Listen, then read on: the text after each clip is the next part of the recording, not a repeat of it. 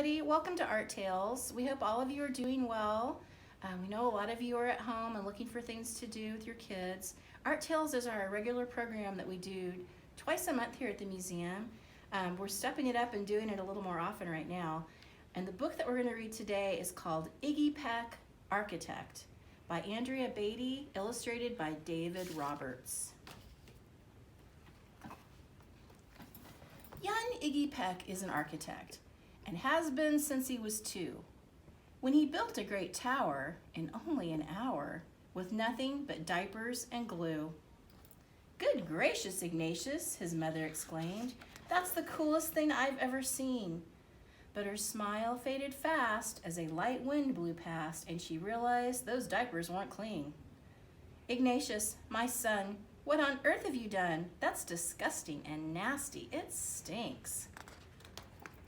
But Iggy was gone. He was out on the lawn, using dirt clods to build a great sphinx.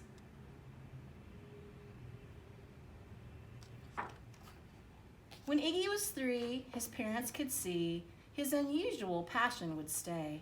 He built churches and chapels from peaches and apples, and temples from modeling clay. At dinner one night, to his father's delight, Iggy got a bright gleam in his eye, but out on the porch built the St. Louis Arch from pancakes and coconut pie. Dear Ig had it made until 2nd grade when his teacher was Miss Lila Greer. On the very first day, she had this to say: "We do not talk of buildings in here. Gothic or Romanesque, I couldn't care less about buildings, ancient or new." She said in her lecture about architecture that it had no place in grade 2. That might seem severe, but she was sincere, for when she was no more than 7, she'd had a great fright at a dizzying height in a building so tall it scraped heaven. On an architect's tour of the 95th floor, young Lila got lost from the group. She was found 2 days later in a stuck elevator eating cheese with a French circus troupe. After that day, it's quite safe to say, she thought all building lovers were nuts. As a teacher, she taught that above all and one ought to avoid them, no ifs, ands, or buts. As you might guess, it would cause Iggy stress to hear such terrible talk. But he didn't hear. He sat in the rear while building a castle of chalk. "You, Iggy Peck, your desk is a wreck. Tear down that castle right now. You will not build in here. Is that perfectly clear? Do you need to see Principal Howe?" "No, ma'am," Iggy said. He lowered his head and his heart sank down to the floor.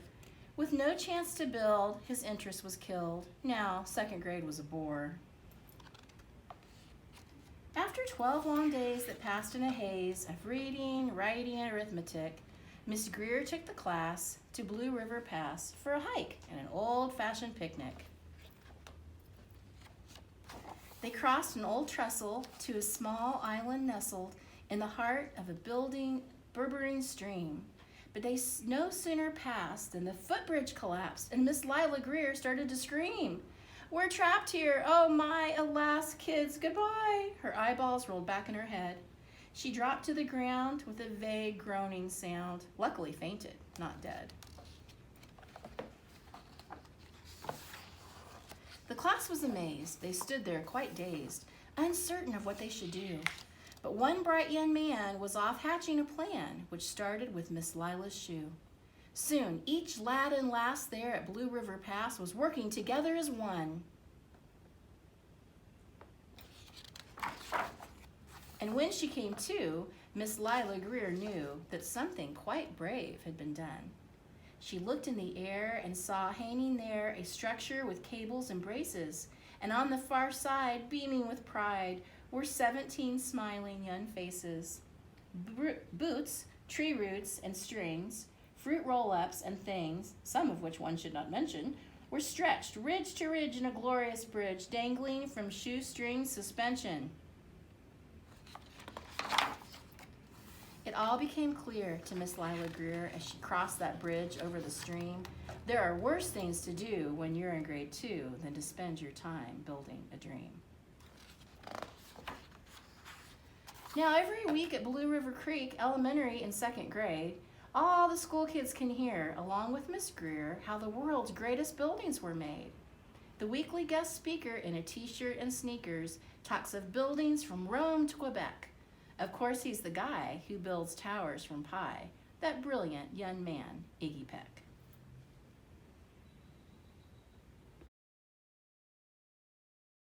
All right, so we just read Iggy Peck, Architect by Andrea Beaty and illustrated by David Roberts. That was such a fun book.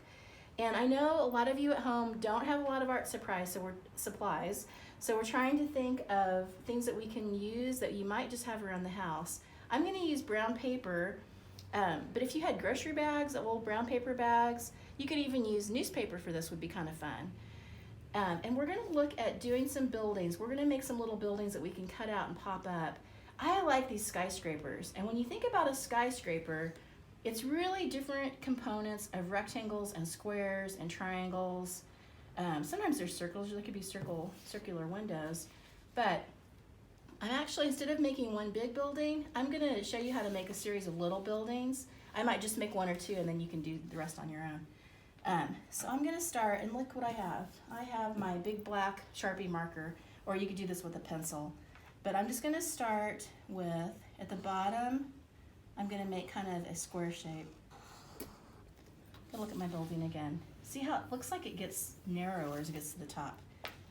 Then I'm gonna make another, whoops, kind of a rectangular shape. And on this next one, mine's looking like the Leaning Tower of Pisa. On the next one, I'm gonna make some lines in here. Kind of break it up a little bit. And then as we get closer, now I'm gonna make it for sure smaller, and then smaller even then. And then I like how it has that kind of little dome and a little antenna or something on top. All right, so I wanna go back in and give it all these details. I started to do it with that one. Probably at the very bottom, I might wanna show little tiny doors, all right? And then I can go back in and think about using different shapes for, oh, also, I forgot to tell you, leave some space, like if this was the ground, because when we cut this out, that's gonna help have it stand up. You don't have to draw them with lots of detail. You just can make some lines, and that kind of gives the idea of what a window would look like. All right, and then this one has some cool, it's like bricks maybe going horizontal. So I'm gonna come back in and do some horizontal lines. Horizontal is when it goes across like this. The ones that go up and down are called vertical. Cool. And then I want some windows, but I'm going to pretend these are lots and lots of floors, so I'm going to make little tiny windows. And I can just do, maybe even do like dots if I don't want to.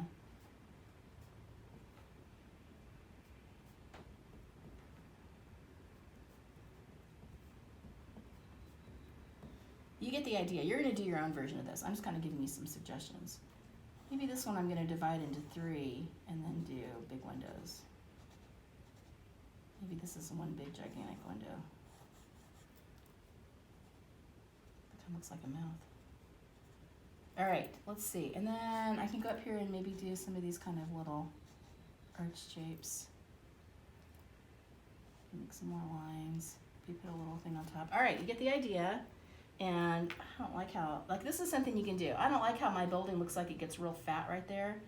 So I'm gonna go out and draw, make it wider.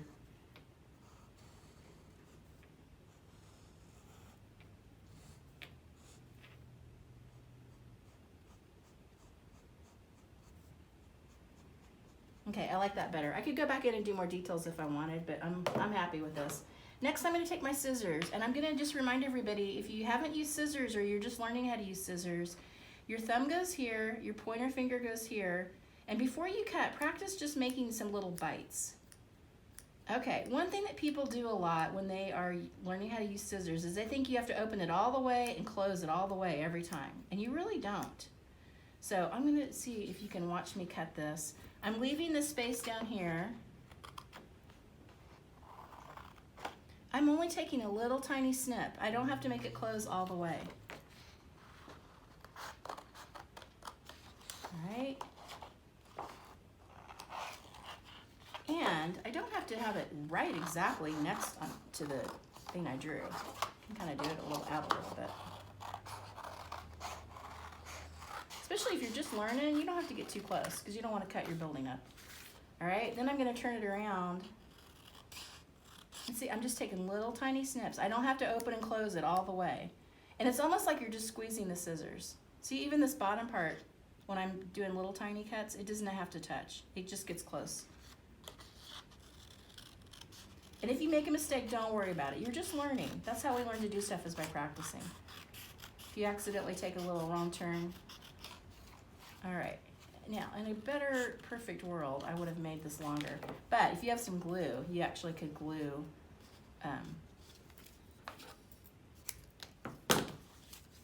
that onto there, or tape it.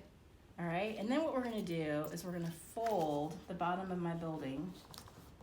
And if this works, we'll see. Mine's a little heavy, but you could tape that to something else. And then you can make all your little buildings, have them all different heights, and they could all stand up next to each other, and you can have your little pop-up city. All right, have fun with that, guys. Thanks for joining us, and we'll see you next time.